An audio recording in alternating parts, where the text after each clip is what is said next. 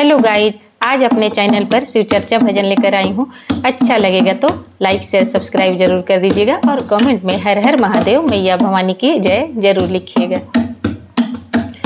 ऊपर उड़ता जहाज नीचे आवेला आवाज, ऊपर उड़ता जहाज नीचे आवेला आवाज। देखा देखा ये सिसिया की आवता, देखा देखा ये सिसिया की आवता। ओह पर रिधि आवेली, ओह पर सीधी आवेली, ओह पर रिधि आवेली, ओह पर सीधी आवेली। ओह पर गणपति जी, ओह पर गणपति जी बिघना के हरत आवेली। ओह पर गणपति जी बिघना के हरत आवेली। देखा देखा ये सिसिया की आवता। ओह पर ब्रह्मा आवेली, ओह पर विष्णु आवेली, ओह पर ब्रह्मा आवेली, ओह पर विष्णु आवेली। ओह पर शिव गुरु डमरू बजावत आवेली, पर शिव गुरु डमरू बजावत आवेली। देखा देखा ये सिसिया की आवता।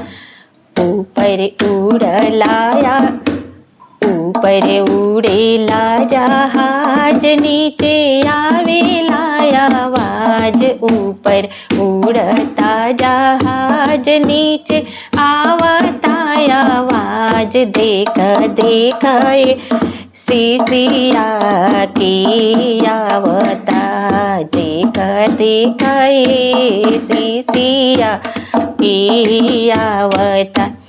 ऊपर सरस्वती आवेली, मैया भवानी आवेली। ओह पर सरस्वती आवेली, मैया भवानी आवेली। ओह पर लक्ष्मी जी धना बरसावत आवेली, ओह पर लक्ष्मी जी धना बरसावत आवेली। देखा देखा ये सिसिया की आवता। ऊपर उड़ेला जहाज नीचे आवता आवाज। देखा देखा ये सिसिया की आवता। ओह पर राम आवेली, ओह पर सीता आवेली, ओह पर राम आवेली, ओह पर सीता आवेली।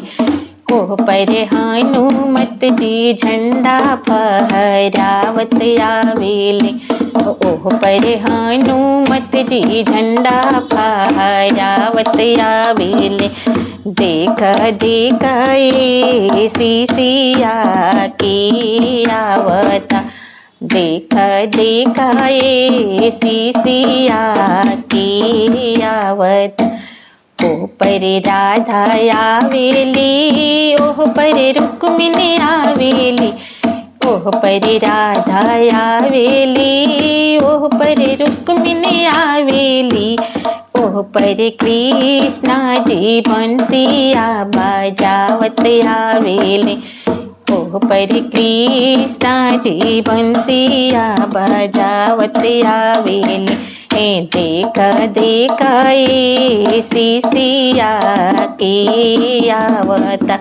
देखा देखा ये सिसिया की आवता। ऊपर उड़ता या, ऊपर उड़ता जहाज नीचे आवता आवाज। ऊपर उड़ता जहाज नीचे आवता आवाज। देखा देखा ये सिसिया की आवता। देखा देखा ये सिसिया की आवता।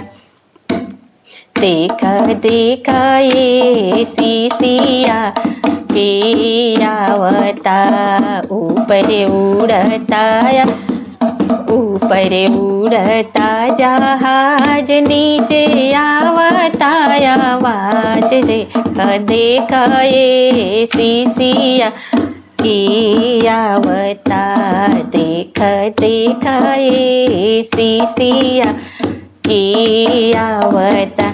अगर मेरा ये भजन आप लोग को अच्छा लगा होगा तो कमेंट में हर हर महादेव मैया भवानी की जय जरूर लिखिएगा। फिर मिलती हूँ अगले भजन में, तब तक मेरे तरफ से आप सबको राधे राधे।